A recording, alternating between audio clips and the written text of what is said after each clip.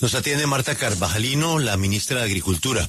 El tema, bueno, la situación del Catatumbo, precisamente el tema se va a ir a una reestructuración del campo en el Catatumbo con este reemplazo de cultivos y con esta titularización de terrenos para los campesinos. Como si no fuera suficiente el problema para la ministra, está el paro arrocero, el problema con ese alimento de nuestra canasta familiar básico en nuestras vidas, el arroz. Ministra Carvajalino, gracias por atendernos, muy buenos días. Muy buenos días, Julio, a la mesa de trabajo y a toda la audiencia. Pero ¿sabe qué, ministra? Yo le voy a dejar los líos a mis compañeros. Yo quiero comenzar saludándola a usted, a la ministra Susana, a la embajadora Jennifer, por lo que hicieron en la FAO en Roma. 3 mujeres colombianas se anotaron un hit en el cierre de la COP16 y en la confirmación de recursos multimillonarios para el tema de biodiversidad. Así es de que, ministra, comencemos por esa buena noticia y la felicito a usted y a sus compañeras por la excelente misión que adelantaron en Roma. Eso salió muy bien, ministra. Julio, salió muy bien, es un trabajo liderado por la ministra Susana Mohammad de mucho tiempo. Ella inicia la construcción de la COP16, hace la COP16 e impulsa este trabajo que se cierra en este escenario en la FAO con este mensaje importante de un fondo para proteger la biodiversidad, y la acompañamos en la construcción de una apuesta estratégica de 2 sectores que parecían distanciados pero que tienen la posibilidad de construir juntos el futuro, que es la agricultura y es el ambiente. Nosotros hoy estamos lo planteó Colombia bajo el liderazgo de la ministra Susana, con nuestra participación y con la presencia del director de la FAO en este cierre, y es que podemos construir sistemas agroalimentarios justos y resilientes para hacer frente a la crisis climática, que podemos luchar contra el hambre y que podemos proteger el medio ambiente de manera conjunta, y creo que ese es el gran logro que tenemos, y con ello vamos a construir la segunda conferencia internacional de reforma agraria y desarrollo rural que haremos desde el 24 de febrero del 2026 aquí en Colombia, recibiendo a todas esas naciones en esta apuesta de construcción conjunta entre agricultura y ambiente. Ministra, y entonces ahora vamos con esos otros temas que decía Julio, son mucho más complicados. Empecemos con el tema que propuso el presidente de la República, Gustavo Petro, sobre hacer ese proceso de paz en el Catatumbo y donde se espera pues titular 25.000 hectáreas de tierra. Esto es parte fundamental para que eso se pueda llevar a cabo. ¿Cómo se va a hacer ese proceso, ministra? Bueno, viene el programa que explicó esta mañana aquí en esta misma mesa la doctora Julia Miranda, que está acompañado con una apuesta de intervención integral en lo que la política contra las drogas o la política de drogas de este gobierno ha llamado la respuesta integral del desarrollo rural. El tema no es solo sustituir la mata, el tema es sustituir el conjunto de la economía que está allí, y la apuesta que tenemos en esta apuesta de transformación del territorio es que sea una economía agropecuaria ligada a la economía forestal. Tenemos varias condiciones en el territorio, un área importante dentro de las reservas forestales de ley segunda y un área dentro de la frontera agropecuaria que también tiene unas fragilidades ambientales y que debe ser una sustitución en una apuesta integral. ¿Cómo lo vamos a hacer? Se aplica el programa de transformación y nosotros tenemos 3 apuestas fundamentales. La primera, toda una apuesta de titulación y de regularización de los derechos de tenencia, unos derechos que están diferenciados en ley segunda, donde vamos con un esquema de regularización de los derechos de tenencia, como lo dijimos anoche en el Consejo de Ministros, de manera indefinida, que le permite a las familias transmitirle a sus hijos ese derecho sobre esa tierra y que le va a permitir tener garantías financieras y que le va a permitir tener la seguridad y el acompañamiento del Estado para proteger su relación con la tierra y, en efecto, transformar esa producción. ¿Cuál es la diferencia que tenemos hoy? Que vamos a hacer esa regularización incluso con la presencia de los cultivos de uso ilícito, para que la gente tenga la garantía de que el Estado la está acompañando y haga el desmonte progresivo del cultivo de uso ilícito ya con un título en la mano. Y todos los títulos de formalización de bienes baldíos y de propiedad privada que están dentro de la frontera agropecuaria, incluso con presencia de cultivos de uso ilícito, para que la gente pueda hacer esta apuesta progresiva. Entra la Agencia Nacional de Tierras con más de 7 equipos en la zona de Tibú, Sardinata, Ábrego y los otros municipios a hacer el barrido para poder hacer el proceso de formalización, pero va a entrar también la Agencia de Desarrollo Rural con una de las facultades que le hemos entregado en los decretos de conmoción interior para hacer un acompañamiento inmediato de entregas de insumos y acompañamiento técnico en el inicio de los ciclos productivos. Estamos proponiendo la transformación hacia sistemas agroforestales, una entrada rápida con cultivos de ciclo corto, pero una entrada también estructural asociada a cultivos permanentes y a cultivos maderables que permitan transformar la lógica económica. Yo creo que aquí la gran diferencia es que estamos apostando no por un desarrollo de una parcela, sino por un desarrollo de una región con recursos, no solo del programa de sustitución, sino con recursos del sector agricultura. La segunda apuesta, la tercera apuesta, la primera es la de la Agencia Nacional de Tierras, la segunda es la de la Agencia de Desarrollo Rural, una gran apuesta para el financiamiento productivo, ya no solo de las personas que están en el marco de los procesos de sustitución, sino para toda la región. Acá se trata de hacer sustitución, pero se trata de que la economía agropecuaria de la zona crezca. Y para ello vamos a colocar recursos importantes en reactivación económica, en garantías agropecuarias y en incentivos financieros para aquellas personas que están produciendo y que requieren un acompañamiento o porque la situación de orden público le ha impedido ponerse al día o porque tiene sus ciclos productivos afectados. Eso le iba a preguntar, ministra, justamente por el tema de orden público. ¿Cómo darle el título de propiedad a este campesino si allá en la zona, pues quienes mandan son los del ELN o los de las disidencias de las FARC? ¿Cómo hacer para que esta política bien intencionada, digamos, y que buscaría ser diferenciadora de las anteriores, pues no tenga ese pequeñísimo problema? Y es que en la zona mandan los violentos.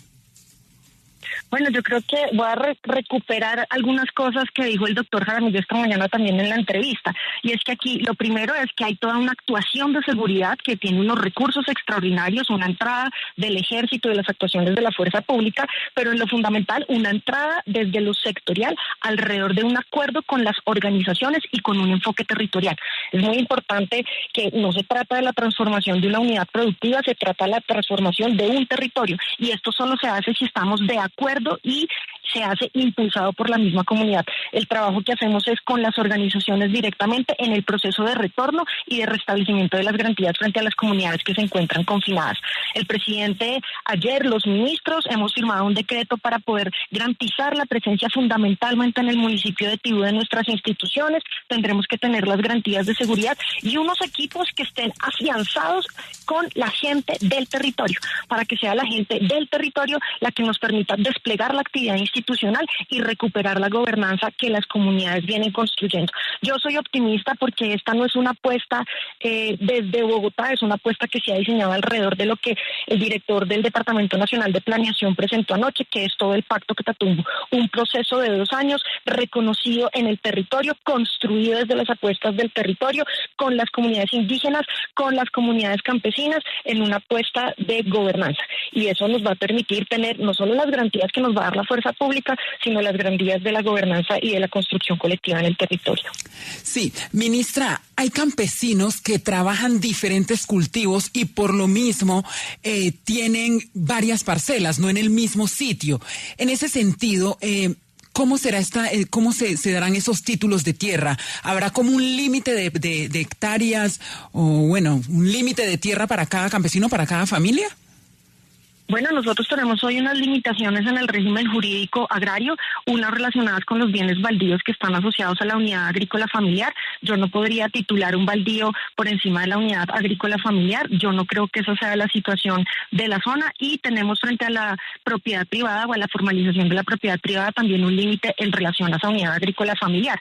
Yo no creo que nosotros tengamos grandes extensiones. Nosotros estamos hablando aquí de quien cultiva directamente y no del gran cultivador o de una persona que pueda tener, digamos, un cultivo más allá, que diría yo, pues hay un requerimiento fundamental, una obligación del Estado de atender fundamentalmente al más vulnerable. Pero seguramente en la medida en que entremos, que nuestros equipos avancen, hagan el levantamiento topográfico, ese barrido que implica la caracterización física, catastral y jurídica de los bienes, pues iremos encontrando cosas que tendremos que resolver. Lo importante es que la persona que hoy tiene un cultivo de uso ilícito sienta la seguridad de que el Estado le está acompañando para que él sea el legítimo tenedor de la tierra y que hay una garantía de permanencia ahí y que al permanecer ahí, al que estar amparado por un derecho de uso o por un título del Estado colombiano, tiene la obligación de sustituir el cultivo para poder permanecer allí, porque el Estado va a proteger esa relación de tenencia.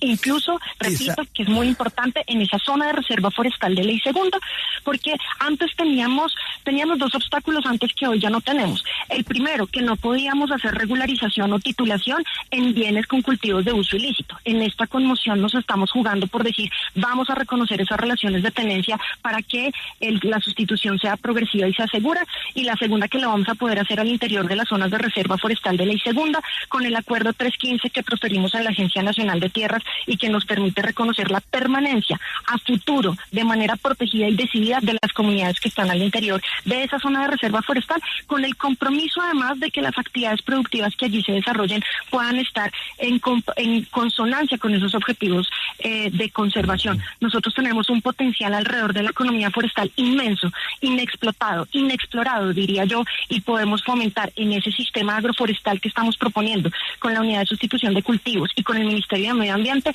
una economía campesina diversificada, competitiva y ambientalmente sostenible. Ministra, ¿qué rol van a jugar dentro de todo este esquema las organizaciones comunitarias, toda vez que sabemos que son un componente importante dentro de la estrategia del gobierno actual, pero hay un riesgo y es que estas terminen siendo cooptadas por políticos? Bueno, las organizaciones comunitarias, fundamentalmente el proceso organizativo del campesinado y el proceso social organizativo de los pueblos indígenas es fundamental, yo diría que esencial. No hay forma, lo hablábamos ahorita, de poder entrar a un territorio y recuperar esa gobernanza si no es de la mano de esos actores sociales que están ahí. Aquí lo que tenemos que hacer es garantizar la sustracción de las armas, la sustracción de las economías ilícitas de esa vía de las organizaciones campesinas, y yo sin duda creo que esta trágica experiencia en el Catatumbo y la situación humanitaria hoy le dice a esos procesos organizativos, y lo han dicho ellos, la necesidad de transformar el territorio en una lógica distinta, donde los actores armados no sean los que gobiernan el territorio. El abandono estatal, la informalidad en la tenencia de la tierra, las relaciones no resueltas entre la frontera agropecuaria y las áreas de protección ambiental han generado que la gobernanza no sea la gobernanza institucional. Hoy vamos a entrar con una presencia no solo de fuerza pública, sino con la presencia de todo el aparato social del Estado, la Agencia Nacional de Tierras, la Agencia de Desarrollo Rural, allí a este municipio, a trazar esta ruta para que en el marco de en el término de este proceso de conmoción interior, nosotros logremos hacer lo que pudimos quizá muchas cosas haber hecho antes, que no se habían hecho, y aquellas a las que les dimos respuesta en esta conmoción interior para dar instrumentos de gobernanza en el territorio. Sin las organizaciones no será posible, y yo confío en que logremos con ese pacto que hicimos en el Pacto Catatumbo llegar a acuerdos prontos de intervención en el territorio dentro del marco institucional y sin la presencia de los violentos. Mire, y esas personas que reciban el derecho de propiedad sobre el territorio que están cultivando, quieren vender su parcela, ¿pueden venderla? Hay dos esquemas aquí en el proceso de regularización de las relaciones de tenencia. Las primeras, las áreas que están fuera de la ley segunda. Fuera de la ley segunda se otorga o el título de formalización de propiedad privada o el título de adjudicación de baldíos. El decreto ley 902 establece que hay 7 años posteriores a esa adjudicación en la que no se pueden enajenar los bienes y debe haber una explotación directa de estos bienes. Eso lo que garantiza es que a quienes estamos beneficiando con el otorgamiento de ese título permanezcan allí y no se genere alrededor de esto un proceso de especulación o de acaparamiento irregular de los bienes de la reforma agraria o de los bienes del proceso de desarrollo rural. Y dentro de la ley segunda hay dos esquemas. Un proceso de regularización que es muy expedito, un acto administrativo que reconoce el derecho de uso a término indefinido que puede ser transmitible entre generaciones a las familias que tienen allí una presencia, permítamelo decir, histórica o tradicional y que están haciendo este cultivo de uso ilícito y que se van a comprometer a transformarlo, y un proceso de sustracción del área de reserva forestal que permite de esa área de protección ambiental sustraer para reforma agraria, y una vez se sustraiga se otorga el título definitivo con las mismas condiciones para esas áreas que inicialmente referí fuera de la ley segunda. Estas personas tampoco pueden enajenar, hay unas condiciones que implican que usted permanezca allí y que en caso de que usted quiera salir porque ya no quiere seguir explotando el predio, porque no tiene las condiciones o porque tomó una decisión de vida distinta, lo hace a través de la autoridad agraria, en este caso la Agencia Nacional de Tierras, para que ese derecho que está allí pueda ser autorizado en la enajenación o en la cesión. Ministra, y ahora vamos al otro tema que es noticia hoy en su sector, que es ese paro arrocero. Varios sectores, especialmente el Tolima, el Huila, pues han salido a las calles los productores de arroz asegurando que no están siendo escuchados y que no encuentran soluciones en las diferentes mesas de negociación y reuniones que han tenido con usted y pues los representantes de su cartera. ¿Qué responderle a los productores de arroz que hoy ya se encuentran en las calles? Estamos en una mesa técnica desde el día de ayer con quienes han decidido salir a movilizarse el día de ayer. Nosotros llevamos una ruta de arroz desde hace más o menos 5 meses. La iniciamos después de la gran cosecha que salió o que terminó o se iba cerrando en el mes de septiembre del 2024 y hemos hecho una ruta. Yo creo que nuestro deber es seguir conversando y construyendo las rutas, pero hay que decir que aquí hay problemas estructurales en la cadena arrocera. Hoy en efecto hay productores que están viendo que se les está pagando el arroz a muy bajo precio. Hoy hay que decir que esta cosecha que está saliendo no es la cosecha grande del país y es la cosecha que está asociada a los distritos de riego que permiten que en un área o digamos frente a los ciclos de lluvia, teniendo agua permanentemente, nosotros podamos estar cosechando hoy. Nosotros, esto es básicamente el centro del país, el Tolima y el Huila, y frente a eso venimos desplegando varias rutas con todos los departamentos para evitar que esta crisis se genere como cíclicamente se genera frente a la gran cosecha que inicia en el mes de julio. ¿Qué está pasando? Nosotros tenemos unos costos de producción que hay que revisar. Hoy estamos haciendo un proceso de caracterización fundamentalmente en Tolima y en Huila, en esos distritos de riego, para saber cuáles son los productores, cómo están los costos de producción. Le pedimos a los distritos de riego que prestan un servicio público regulado que nos permitan entrar a hacer la caracterización, porque tenemos que saber cuál es el área sembrada, de qué tipo de productores estamos hablando y si esa área sembrada está de conformidad con los planes productivos de esos distritos de riego. ¿Y por qué eso es muy importante? Porque estamos encontrando cosas que están en la distorsión fundamental, permíteme, y es costos de producción asociados, por ejemplo, a arrendamientos. Entonces yo tengo distritos de riego con planes de producción agropecuaria, pero con unos costos de arrendamiento que no hacen competitiva la producción. Claro, eso ministra, es un tema que hay que revisar. Dime. Pero vea, ministra, usted exactamente nos está dando unas de las razones, pero cuando vamos al meollo del asunto, los productores del arroz se refieren directamente contra la industria y los molineros y aseguran que allí es donde está el principal problema. ¿Qué se ha podido hablar entonces con ese eslabón de la cadena para que finalmente pues el arroz que producen los arroceros pues lleguen a las familias colombianas y a las mesas colombianas? Nosotros instalamos una mesa con el conjunto de la cadena, los productores, el gremio que además administra la cuenta de fomento y la industria.